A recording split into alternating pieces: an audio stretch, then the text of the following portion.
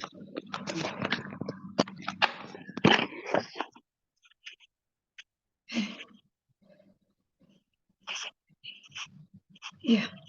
puji Tuhan. Selamat malam teman-teman yang baru bergabung nih hari ya. Kita akan mulai Bible study kita. Sebelum itu kita akan berdoa. Nanti saya minta Niar yang berdoa. Ya Kak, mari kita berdoa. Tuhan Yesus, kami sungguh berterima kasih ya Tuhan atas limpah karunia-Mu yang Kau curahkan kepada kami ya Tuhan Yesus. Terima kasih ya Tuhan, kalau malam hari ini kami boleh sekali lagi berkumpul ya Tuhan Yesus, mendengarkan firman-Mu, berkumpul ya Tuhan Yesus, dan terus ya Tuhan Yesus, mendengar segala apa yang Kau inginkan bagi kehidupan kami. Terima kasih ya Tuhan Yesus, Tuhan tolong kami, kiranya Tuhan saja yang menjamah hati kami, agar kami memiliki hati yang lembut ya Tuhan Yesus, yang bisa dan mau menerima firman-Mu, terlebih kami mau ya Tuhan Yesus, menggunakan firman-Mu dalam kehidupan sehari-hari kami ya Tuhan. Tuhan, kami memohon kepada-Mu agar kiranya apa yang Kau sampaikan kepada kami ya Tuhan Yesus Kristus boleh tertuang dengan jelas ya Tuhan di hati Bung Semi ya Tuhan Yesus. Tuhan tolong Bung Semi ya Tuhan Yesus, kiranya pengajaran yang berasal dari-Mu, kiranya setiap misteri yang Engkau ingin ya Tuhan tumpahkan kepada kami, boleh kami dengar ya Tuhan Yesus. Boleh terus ya Tuhan tersingkap dalam hati kami ya Tuhan. Tuhan, kami juga berterima kasih, kami mau berdoa untuk teman-teman kami ya Tuhan yang kiranya sampai belum datang ya Tuhan Yesus. Tuhan saja yang jamah mereka. Tuhan kiranya mau dan boleh ya Tuhan Yesus Kristus membuat mereka selalu rindu ya Tuhan Yesus untuk mendengarkan firman-Mu ya Tuhan. Terima kasih ya Tuhan, kami siap mendengarkan kebenaran firman-Mu, kami siap belajar untuk Bible study malam hari ini ya Tuhan, hanya di dalam nama Tuhan Yesus Kristus. Haleluya. Amin. Amin. Terima kasih Niar. Selamat malam. Kita akan membahas 1 Korintus 3 ayat 5 sampai 17. Nanti saya akan bacakan. Jadi, apakah Paulus, pelayan-pelayan Tuhan yang olehnya kamu menjadi percaya, masing-masing menurut jalan yang diberikan Tuhan kepadanya. Aku menanam, Apolos menyiram, tetapi Allah yang memberi pertumbuhan. Karena itu yang penting bukanlah yang menanam atau yang menyiram, melainkan Allah yang memberi pertumbuhan. Baik yang menanam maupun yang menyiram adalah sama, dan masing-masing akan menerima upahnya sesuai dengan pekerjaannya sendiri. Karena kami adalah kawan sekerja Allah, kamu adalah ladang Allah, bangunan Allah. Sesuai dengan kasih karunia Allah yang dianugerahkan kepadaku, aku sebagai seorang ahli bangunan yang cakap, telah meletakkan dasar dan orang lain membangun terus di atasnya. Tetapi tiap orang harus memperhatikan bagaimana ia harus membangun di atasnya, karena tidak ada seorang pun yang dapat meletakkan dasar lain daripada dasar yang telah diletakkan, yaitu Yesus Kristus. Entahkah orang membangun di atas dasar ini dengan emas, perak, batu permata, kayu, rumput kering, atau jerami. Sekali kelak pekerjaan masing-masing orang akan nampak, karena hari Tuhan akan menyatakannya, sebab ia akan nampak dengan api, dan bagaimana pekerjaan masing-masing orang yang akan diuji oleh api itu. Jika pekerjaan yang dibangun seseorang tahan uji, ia akan mendapat upah. Tetapi pekerjaannya terbakar, ia akan menderita kerugian, tetapi ia sendiri akan diselamatkan, tetapi seperti dari dalam api. Tidak tahukah kamu bahwa kamu adalah bait Allah dan bahwa Roh Allah diam di dalam kamu? Jika ada orang yang membinasakan bait Allah, maka Allah akan membinasakan dia. Sebab bait Allah adalah kudus dan bait Allah itu ialah kamu.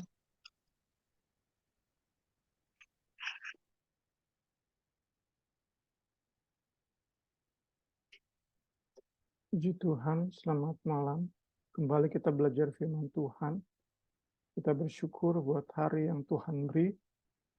Kita bersyukur buat tenaga, pikiran, konsentrasi yang Tuhan beri. Mari kita manfaatkan sebaik mungkin, baik yang bergabung di YouTube, baik yang bergabung di Zoom, juga yang akan nanti menonton di YouTube.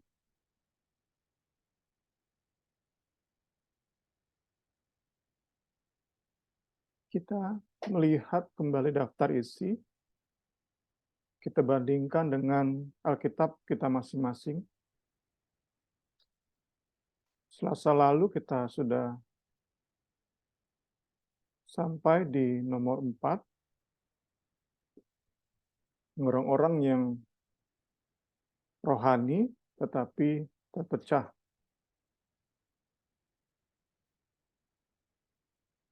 Itu pasal 3 ayat 1 sampai 4. Ayat-ayat ini berfungsi pertama sebagai kesimpulan, juga merupakan transisi. Kesimpulan dari argumen panjang Paulus tentang hikmat dan salib, hikmat Allah dan salib Kristus. Itu disimpulkan oleh pasal 3 ayat 1 sampai 4. Menjadi transisi ayat-ayat ini kepada argumennya di poin 5 dari buku kita ini. Argumen Paulus dalam mengoreksi pemahaman yang salah terhadap gereja dan pelayanan.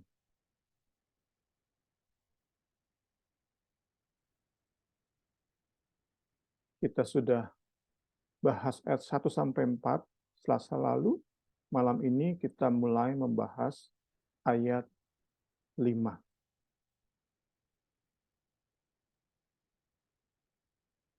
Memasuki ayat 5, kita lihat di sini buku kita membagi pembahasan pasal 3 ayat 5 sampai 17 ke dalam 3 poin. A, B, dan C.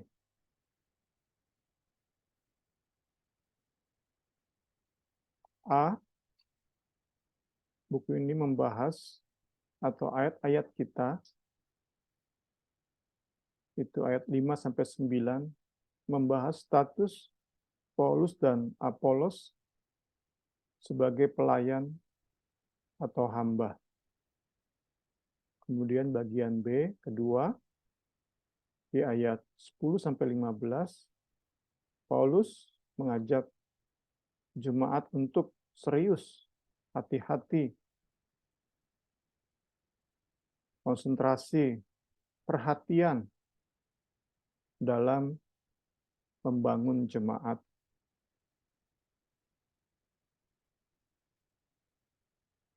Gereja harus dibangun sedemikian rupa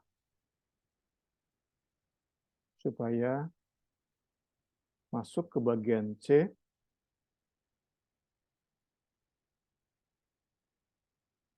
supaya pelayanan kita, peran kita dalam gereja membangun, bukan justru menghancurkan. Itu Paulus bahas di ayat 16 sampai 17. Peringatan keras, bahkan ancaman, nanti kita lihat di ayat 17. Siapa yang membinasakan bait Allah, dia akan dibinasakan. Itu merupakan peringatan sangat keras. Karena itu, Paulus rindu dalam ayat-ayat ini mengoreksi pemahaman jemaat terhadap gereja dan pelayanan. Kita masuk ke pendahuluan dari pembahasan ayat 5 sampai 17. Ini belum masuk dari ayat ke ayat. Belum masuk ke pembahasan ayat ke ayat. Ini pendahuluan dari pembahasan 1 Korintus 3 ayat 5 sampai 17.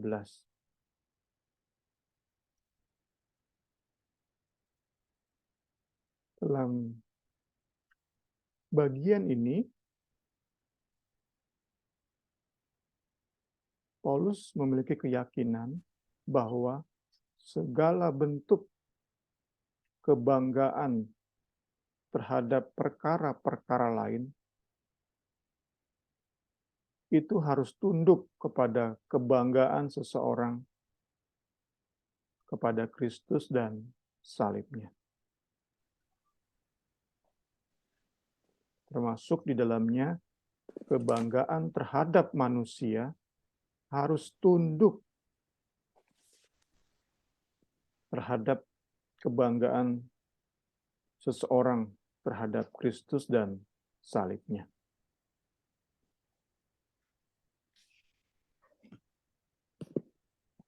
Dengan kata lain,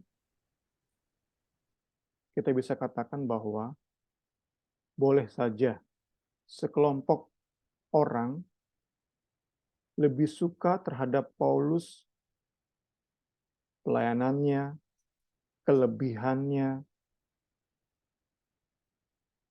boleh saja. Atau kelompok lain lebih suka terhadap Apolos dan pelayanannya. Namun, kesukaan mereka baik terhadap Paulus dan Apolos itu tidak akan menyebabkan perdebatan dan perpecahan. Apabila kebanggaan mereka terhadap salib Kristus mendapat tempat yang utama. Karena itu, sebaliknya, saat mereka gagal mengagumi Yesus sebagai yang paling indah, paling mulia, kegagalan mereka memandang salib Kristus sebagai bukti kasih terbesar, maka mereka akan terjebak ke dalam konflik kebanggaan. Karena mereka akan masing-masing bangga terhadap tokoh yang mereka kagumi, pemimpin yang mereka hormati. Karena itu Paulus terus dan terus, saya sudah tegaskan Selasa lalu, pasal 1 sampai pasal 4 dari 1 Korintus itu satu bagian. Jadi tetap saat kita masuk ke pasal 3, itu tetap tentang salib Kristus, tentang pemahaman yang tepat terhadap salib Kristus. Saat kita memandang salib Kristus, saat jemaat Korintus memandang salib Kristus, seharusnya mereka semakin hari semakin kagum, semakin mengutamakan salib Kristus.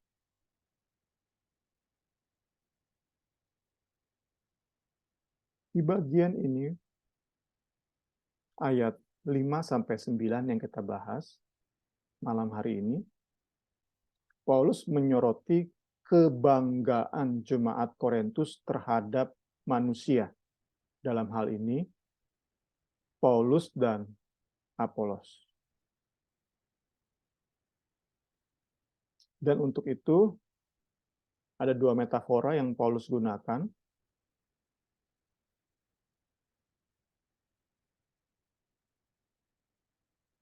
Pertama, tentang pertanian atau perkebunan, tentang kebun, sawah, atau ladang. Kedua, tentang konstruksi bangunan. Itu dua metafora yang Paulus gunakan di ayat 5 sampai ayat 17. Metafora perkebunan atau pertanian lebih ia gunakan untuk menunjukkan status dirinya maupun status Apolos. Sedangkan metafora struktur bangunan, Paulus gunakan untuk memberi, khususnya untuk memberi peringatan, bahkan ancaman terhadap mereka yang menyebabkan terjadinya perdebatan dan perpecahan di dalam jemaat Korintus. Karena mereka ini sesungguhnya sedang merusak gereja yang merupakan milik Allah, milik Kristus. Di ayat 17 kita akan melihat peringatan ancaman keras dari Rasul Paulus. Allah mengancam akan membinasakan setiap orang yang membinasakan bait Allah. Kita masuk pada pembahasan ayat 5 sampai 9.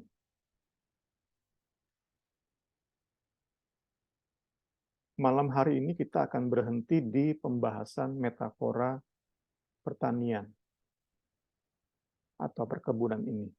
Minggu depan baru kita masuk ke metafora struktur bangunan.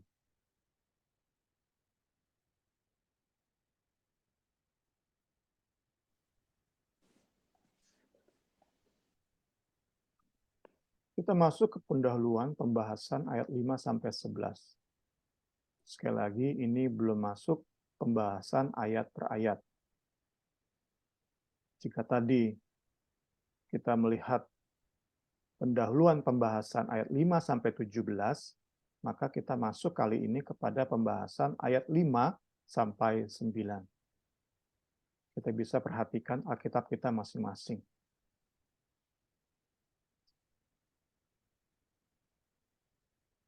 Kembali ke 1 Korintus 1 ayat 12. 1 Korintus 1 ayat 12. Slogan, aku golongan Apolos. Slogan, aku golongan Paulus.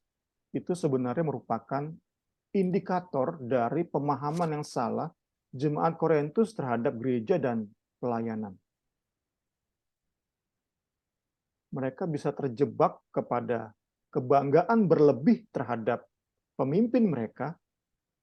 Mereka secara berlebihan membanggakan baik Paulus maupun Apolos. Itu terjadi karena mereka memiliki pemahaman yang tidak utuh, tidak benar terhadap gereja dan pelayanan. Untuk mengoreksi pemahaman yang salah tersebut,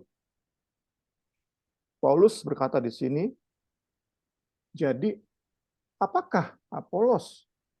Apakah Paulus?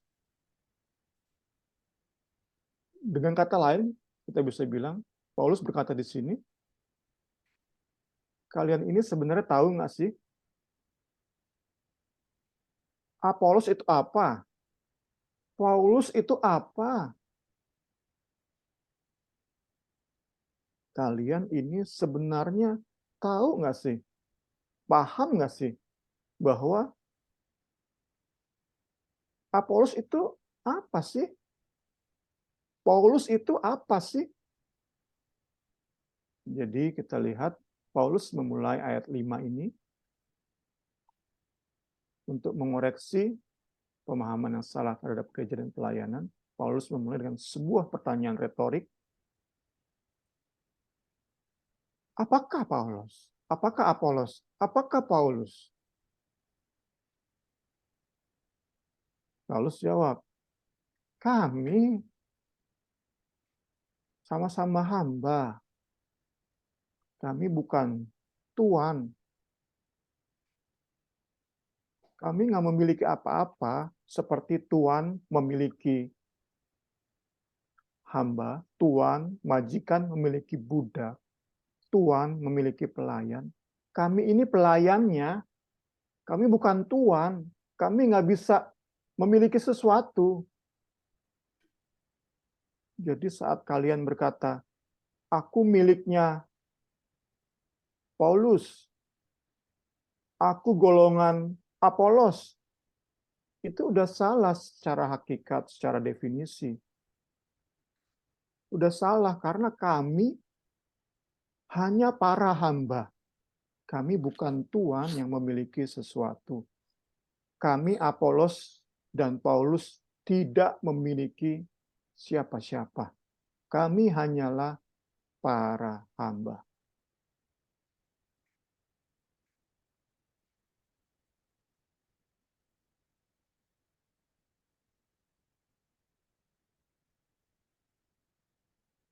Dan nanti dalam metafora pertanian, Paulus akan gunakan metafora ini untuk menjelaskan bahwa di dalam keragaman, diversity, saat sama-sama memandang Kristus dan salibnya, saat sama-sama mengutamakan salib Kristus, maka diversity ini bisa menjadi satu kesatuan yang menghasilkan buah-buah yang matang yang bisa dinikmati oleh banyak orang. Itu pendahuluan. Sekali lagi masih pendahuluan dengan judul pemimpin, para pemimpin dalam hal ini Paulus dan Apolos hanyalah para hamba. Kita masuk ke pembahasan ayat per ayat.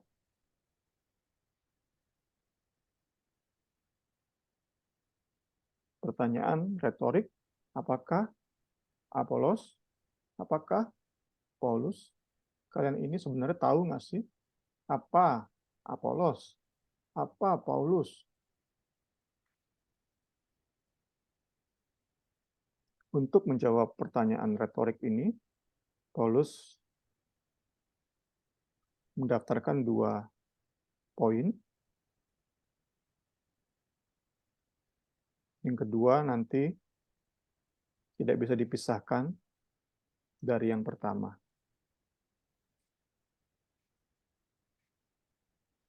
Paulus menjelaskan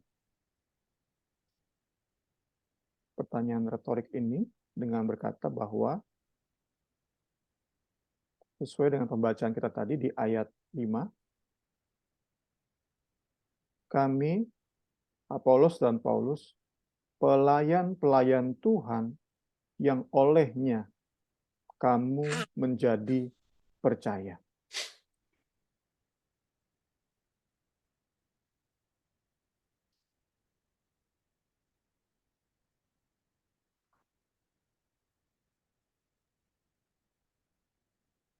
Paulus dan Apolos merupakan pelayan atau hamba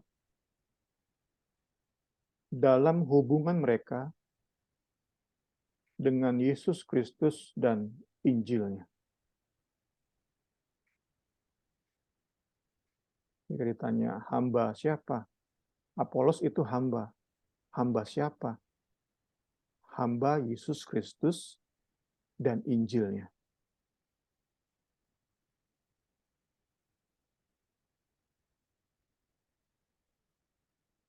Gambaran ini bersumber dari Tuhan Yesus sendiri, khususnya saat ia mempersiapkan kematiannya dengan memakan bersama murid-murid perjamuan terakhir.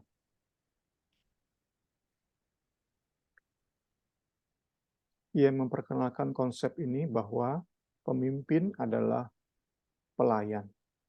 Pemimpin adalah hamba. Paulus dan Apolos memandang diri mereka sebagai hamba. Mereka bukan untuk dikagumi, mereka melayani bukan untuk dihormati, mereka melayani karena ditugaskan oleh Yesus Kristus, mereka melayani karena mereka punya job desk untuk share Injil Yesus Kristus. Pelayan-pelayan Tuhan yang olehnya kamu menjadi percaya. Ini tentu merupakan sebuah konsep yang asing bagi dunia. Konsep pelayan sebagai hamba itu merupakan sesuatu yang asing bagi dunia. Mungkin saat-saat ini dalam buku-buku yang kita baca tentang kepemimpinan, mungkin ada yang sedikit meniru, mengambil sedikit-sedikit apa yang Alkitab jelaskan tentang kepemimpinan, namun tentu tidak semurni, tidak seindah apa yang Yesus ajarkan kepada murid-muridnya tentang kepemimpinan sebagai hamba.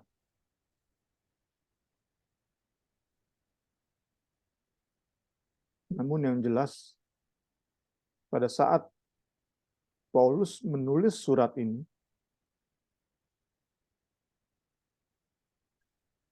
model tuan, model pemimpin yang ada di kota Korintus itu jauh berbeda dengan konsep yang Yesus perkenalkan.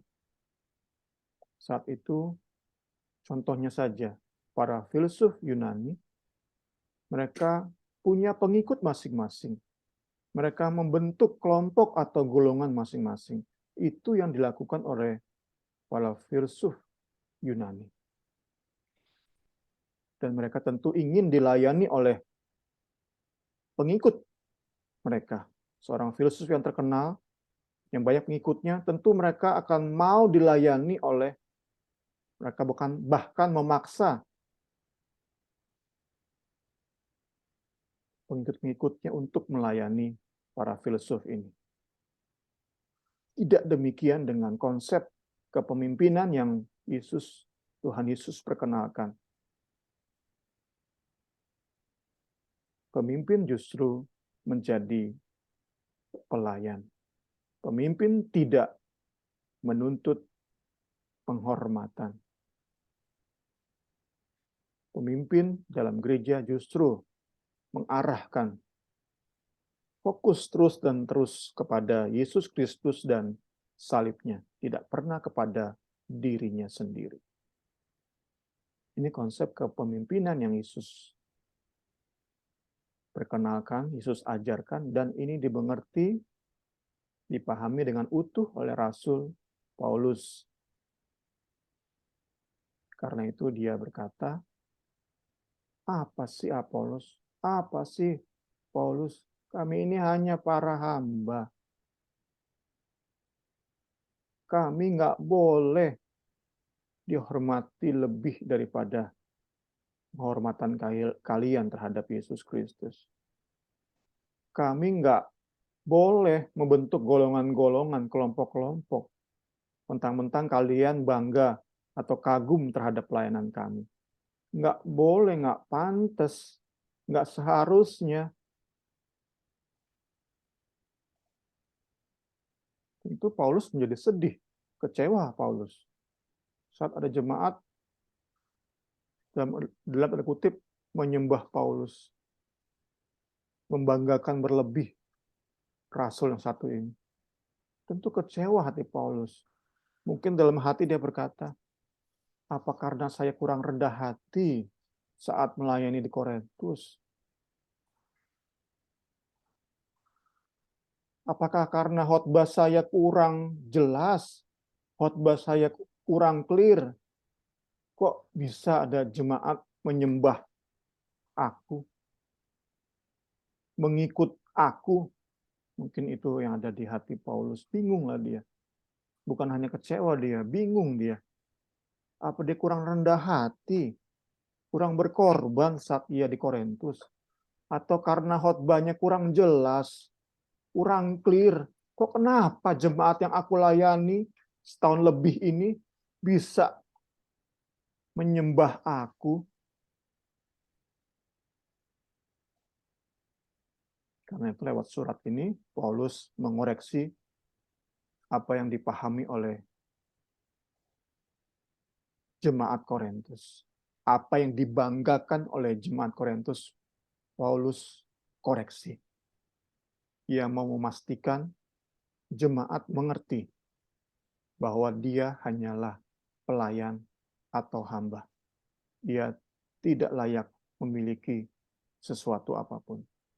Puji Tuhan, puji Tuhan.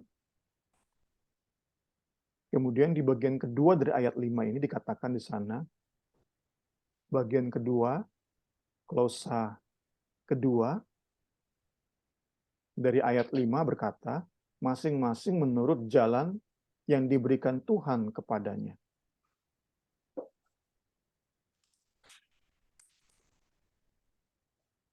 baik dalam bahasa Indonesia, juga dalam bahasa Inggris, sedikit ambigu klausa ini.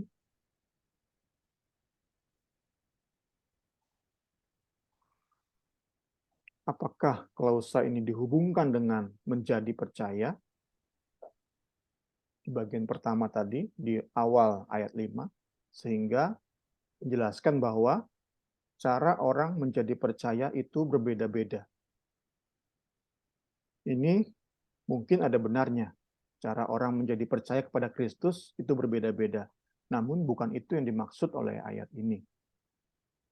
Masing-masing menurut jalan yang diberikan Tuhan kepadanya itu menunjuk kepada kalimat atau frasa pelayan-pelayan Tuhan. Bahwa masing-masing pelayan, baik Paulus maupun Apolos, melayani secara berbeda masing-masing menurut jalan yang diberikan Tuhan kepadanya. Ya, ini sedikit bagian kedua dari ayat 5, kita masuk ke ayat ke-6. Ada 4, sebelum kita masuk ke diskusi, baru masuk nanti kita ke ayat 7. Kita ayat 6 kita sedikit singkat ini, kemudian kita siap ke diskusi, dipersilakan untuk mempersiapkan perenungan, tambahan pemikiran, baik juga boleh kita sama-sama bertanya. Ada 4 pihak yang disebutkan di ayat 6 ini. Pertama, kita lihat ayat 6. Pertama adalah aku, Paulus yang menanam, Paulus yang menabur benih, ia yang mendirikan gereja di kota Korintus. Pihak kedua adalah Apolos yang menyiram. Apolos dengan kata lain menciptakan kondisi di mana benih itu bisa bertumbuh maksimal. Ia memberikan banyak pengajaran-pengajaran yang berguna bagi jemaat Korintus untuk bertumbuh secara signifikan di dalam Kristus dan hikmat-Nya, Kristus dan kekuatannya. Ketiga adalah Allah sendiri. Pihak ketiga, Allah yang memberi pertumbuhan. Allah yang memberi pertumbuhan. Ia adalah tuan dari kebun anggur sesuai dengan perumpamaan di Yohanes. Ia sumber dari segala pertumbuhan. Ia yang memulai pertumbuhan dan ia akan membawa pertumbuhan tersebut sampai kepada kondisi siap dipanen. Allah yang memberi pertumbuhan. Dan keempat, secara implisit adalah jemaat Korintus.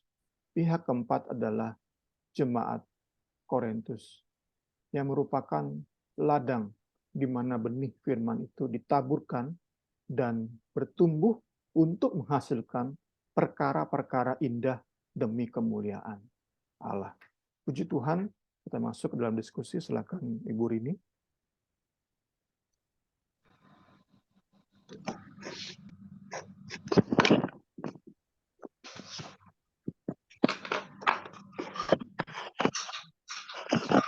Ya, teman-teman, ada yang mau ditambahkan atau mau bertanya, boleh dalam pembahasan ayat 5 dan 6 ini.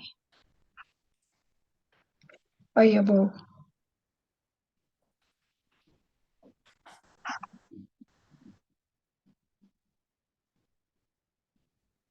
Halo. Halo.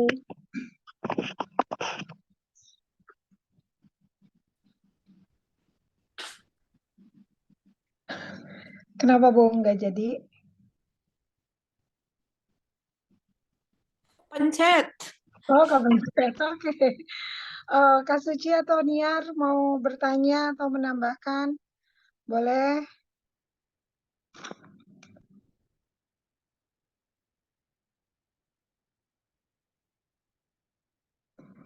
Kalau tidak ada kita lanjut ya. Tapi tunggu sebentar.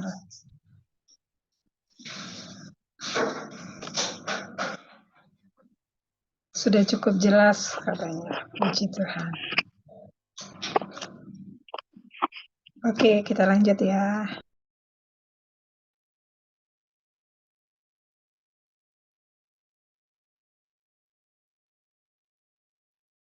Kita masuk ke ayat 7.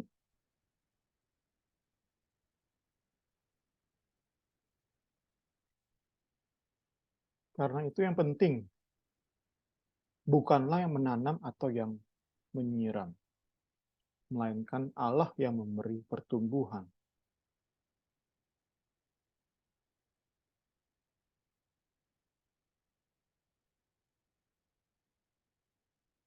Sudah pernah kita bahas bahwa jemaat Korintus ini menilai segala sesuatu menurut pandangan atau perspektif manusia. Mereka memandang dari bawah. Akibatnya mereka memandang terlalu tinggi guru-guru mereka. Dalam hal ini Paulus dan Apolos.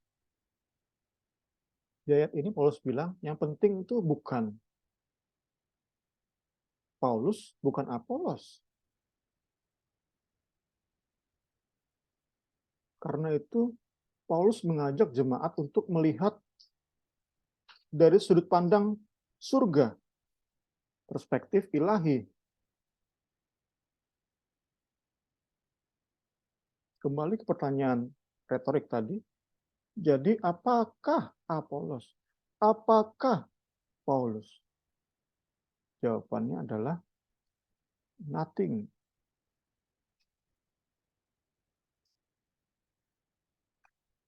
Nothing. Bukan apa-apa. Apolos dan Paulus hanyalah pelayan dengan tugas mereka masing-masing.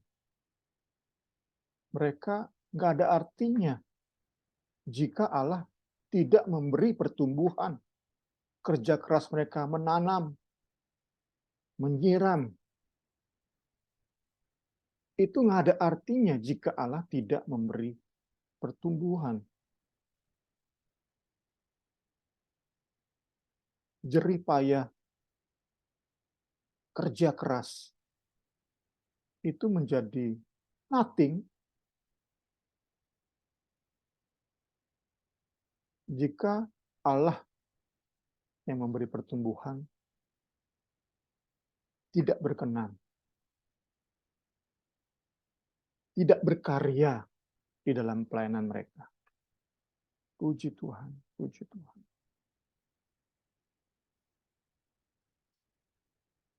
Dalam konteks berdirinya gereja Korintus, dalam konteks bertumbuhnya, bertambah banyaknya jemaat Korintus, Paulus, Apolos, nothing, bukan apa-apa, jika bukan karena inisiatif dan pekerjaan Allah.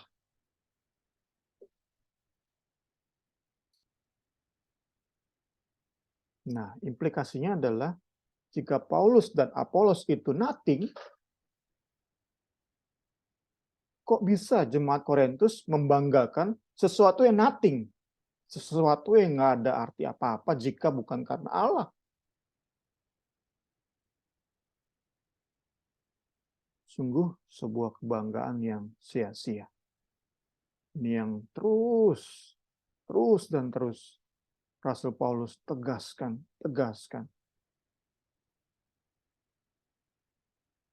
Di dalam hikmat Roh Kudus,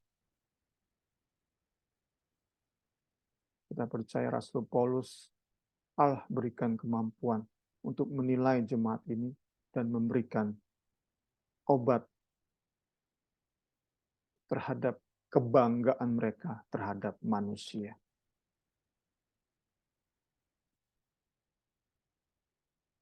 Kita masuk ke ayat 8.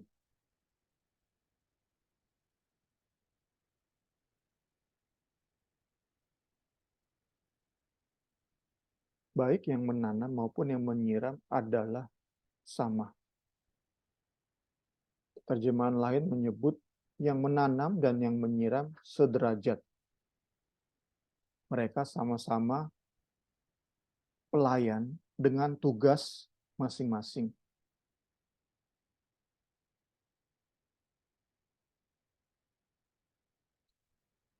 Mereka sama-sama pelayan yang bertujuan, yang punya mimpi melihat ladang menguning siap dituai. Melihat jemaat-jemaat kota Korintus benar-benar diubahkan hidupnya. Bukan hanya sekedar mengisi gereja, tetapi diubahkan hidupnya. Itu tujuan mereka. Sama-sama pelayan yang bertujuan sama. Baik yang menyiram, baik yang menanam, adalah sama. Dan masing-masing akan menerima upahnya sesuai dengan pekerjaannya sendiri. Di sini pun Paulus menegaskan statusnya.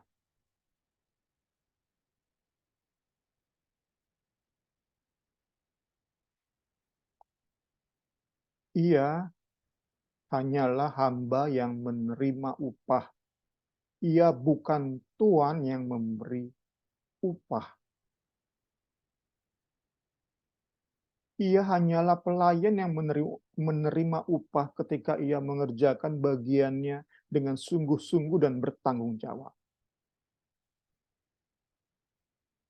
Ia menerima upah sesuai dengan jerih payah dan kerja kerasnya. Ia nggak bisa memberikan upah. Allah di dalam Kristus yang mengukur kesungguhan hatinya. Allah dalam Kristus yang mengukur tanggung jawabnya dalam pelayanan. Allah yang menentukan besarnya upah yang akan Paulus menikmati. Ia hanyalah hamba. Ia penerima upah, bukan pemberi upah. Sekali lagi menegaskan statusnya sebagai hamba, sebagai pelayan, sebagai seseorang yang nothing. Ketika pekerjaan kerja kerasnya, jerih payahnya, ternyata dinilai salah oleh sang tuan, nggak dapat upah dia. Dia sadari itu benar-benar.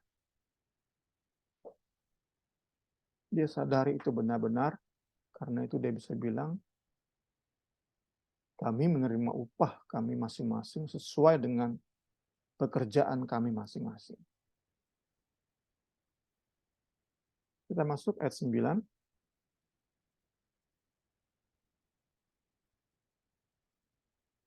Di ayat ini Paulus menyebut Apolos sebagai kawan sekerja.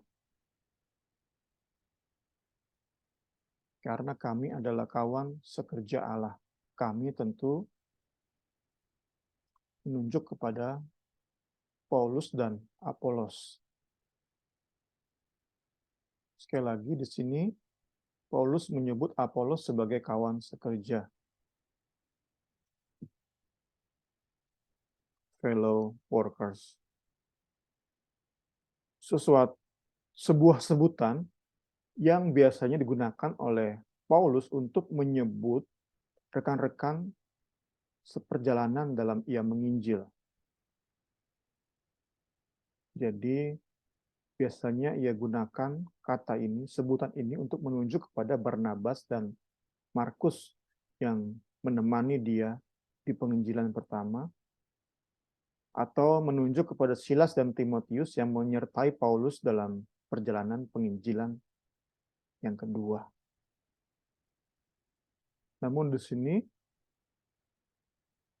meskipun tidak terlibat pelayanan secara langsung dengan Paulus, namun Paulus menyebut Apolos sebagai kawan sekerja karena mereka sama-sama melayani dengan satu goal, satu tujuan. Ya, menyadari fakta ini, saya pribadi mengajak kita berdoa bersama-sama.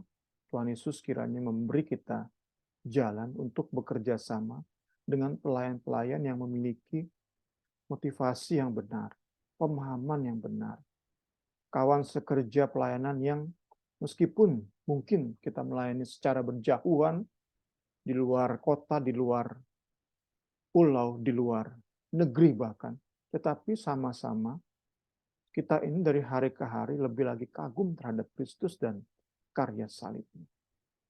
Kita rindu menemukan teman-teman yang seperti ini, kawan sekerja yang seperti ini, seperti Paulus menyebut Apolos sebagai kawan sekerja, meskipun mereka tidak pernah, mungkin dalam keterbatasan saya, pengetahuan saya sejauh ini saya tidak pernah menemukan kisah atau catatan di mana Paulus dan Apolos bekerja bersama-sama satu pelayanan.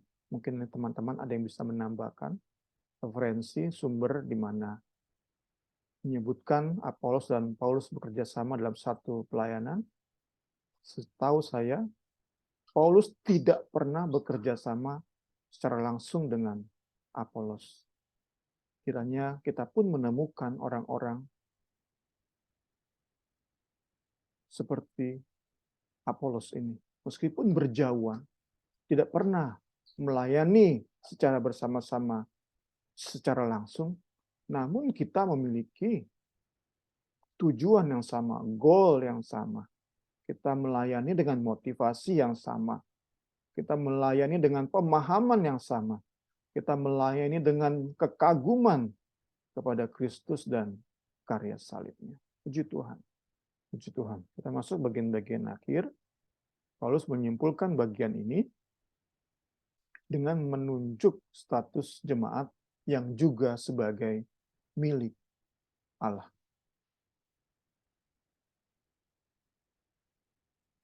Kamu adalah ladang milik Allah. Kamu adalah bangunan milik Allah.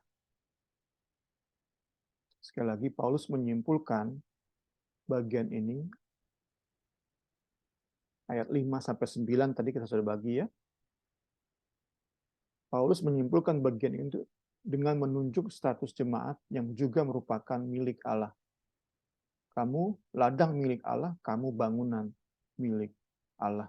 Karena itu sungguh tidak bisa mereka menyebut diri sebagai aku milik Paulus, aku golongan Paulus, aku milik Apolos, aku kelompok Apolos. Itu nggak bisa.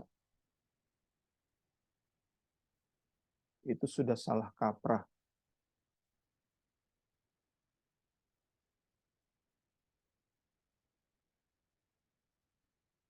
Penutup, jadi saat kita baca buku ini, kita dalami buku referensi kita ini, selalu kita lihat bahwa sebelum masuk ke pembahasan ayat per ayat, itu ada pendahuluan.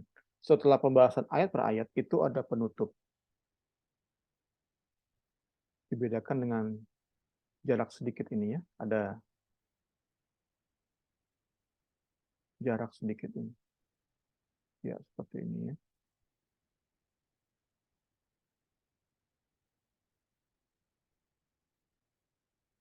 Penutup dari pembahasan ayat 5-9. Minggu depan baru kita masuk ke ayat 10. Ya. Penulis buku kita ini, Dr. Gordon V, menyampaikan fakta menyedihkan dalam sejarah panjang gereja dari abad mula-mula sampai detik ini. Bahwa ada pemimpin jemaat, pendeta, gembala, atau majelis yang berpikir bahwa gereja atau jemaat adalah milik mereka.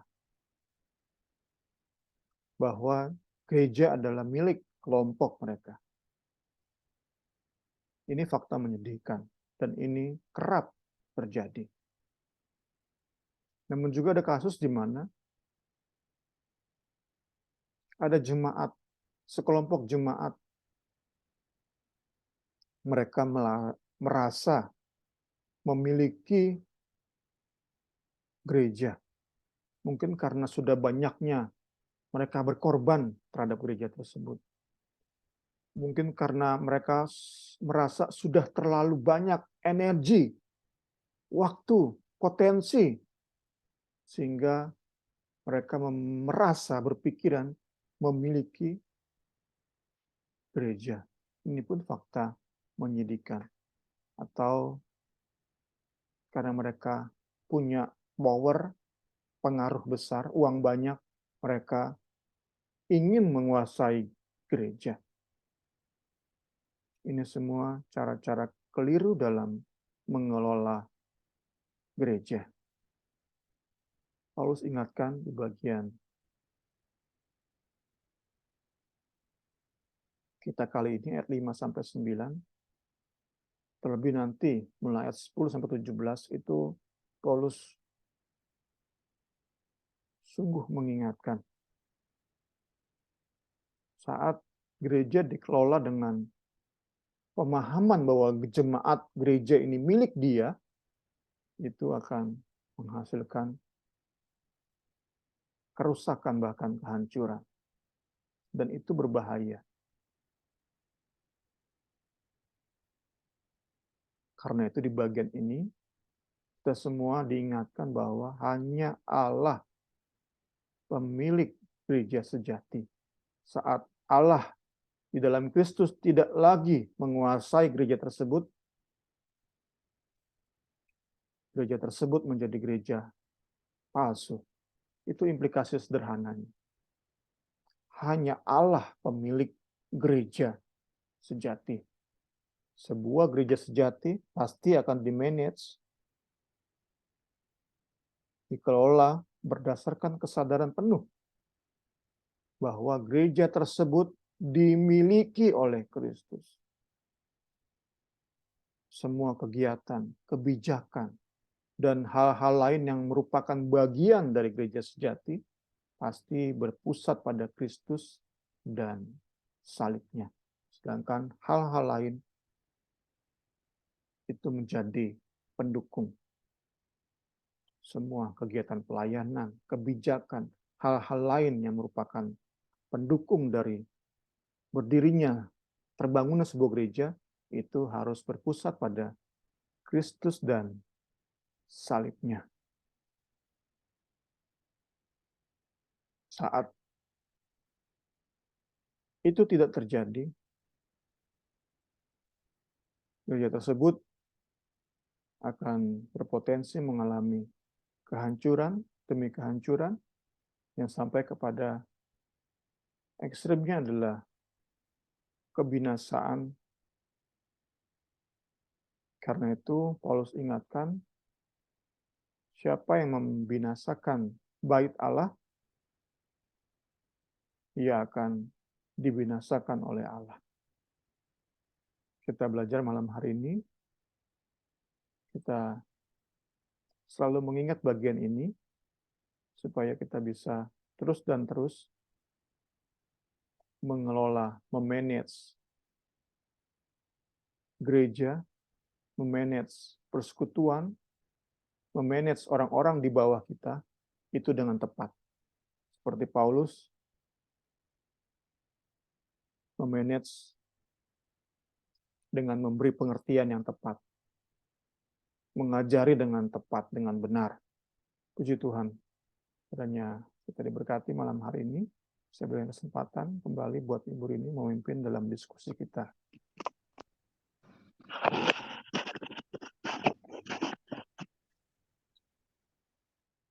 Puji Tuhan.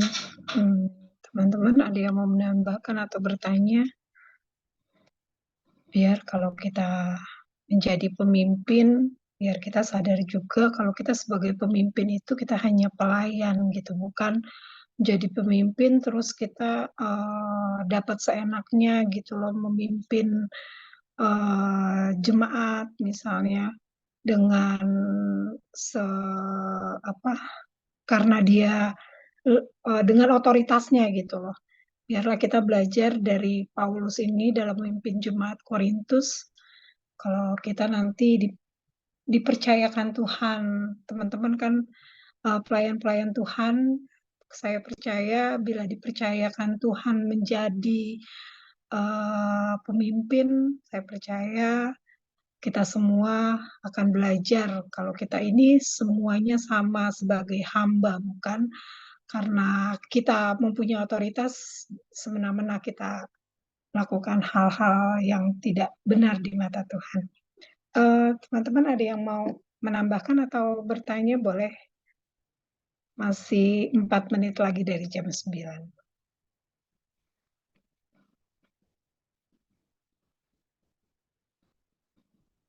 Kalau nggak ada, makasih, berarti cukup jelas ya pembahasan Bible Study kita malam ini. Kita percaya biar Bible Study malam hari ini boleh juga memberkati orang lain yang nanti mendengar dan melihat di channel YouTube kita.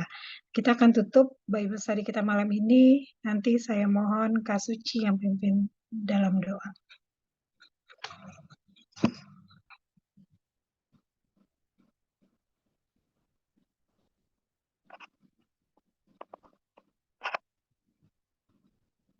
Halo, Kak Suci. Ya, halo. Ya, mari. Kakak pimpin dalam doa ya, Kak. Oke. Mari kita satu dalam doa. Bapa dalam surga, terima kasih Tuhan untuk malam hari ini.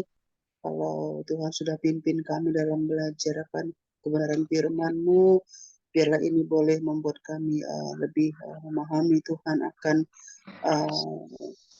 dalam pelayanan kami Tuhan, bahwa kami tetap fokus hanya kepada Kristus saja Tuhan, bukan kepada siapa-siapa, terlebih bukan kepada diri kami sendiri Tuhan. Ampuni kami Tuhan kalau saja Tuhan Yesus ada pikiran-pikiran kami yang menyimpang, tidak sesuai dengan firman Tuhan. Ampuni kami dan kami bersyukur Tuhan kalau Tuhan tambahkan lagi Tuhan apa yang harus kami lakukan dalam pelayanan kami, seperti Paulus sudah menyatakan tentang bahwa kami harus tetap berfokus kepada karya Kristus, bahwa kami ini benar tidak ada apa-apanya Tuhan dibanding dengan karya Kristus dalam kehidupan kami. Terima kasih Tuhan, terima kasih, kami bersyukur buat pemahaman yang Tuhan berikan. Kami percaya Roh Kudus Engkau terus bekerja dalam kehidupan kami. Istimewa Tuhan Yesus, berikan selalu berkat-Mu buat Bung Semi Tuhan, dan juga buat Rini, buat sekeluarga Tuhan. Kiranya Engkau memberkati kehidupan pelayanan, apa yang menjadi kerinduan mereka Tuhan. Tuhan tolong Tuhan Yesus, biar semuanya itu boleh berkenan di hadapan-Mu Tuhan. Biar setiap kali mereka boleh menjangkau jiwa-jiwa Tuhan, semakin mengenal Engkau sebagai Tuhan dan Juru Selamat kami. Terima kasih Tuhan Yesus, kami yang sudah bergabung pada saat malam hari ini. Kami percaya kami sudah diberkati oleh kebenaran firman-Mu. Dalam nama Tuhan Yesus Kristus kami tutup pembacaan firman Tuhan kami ataupun bedah buku kami pada saat malam hari ini. Haleluya. Amin. Amin.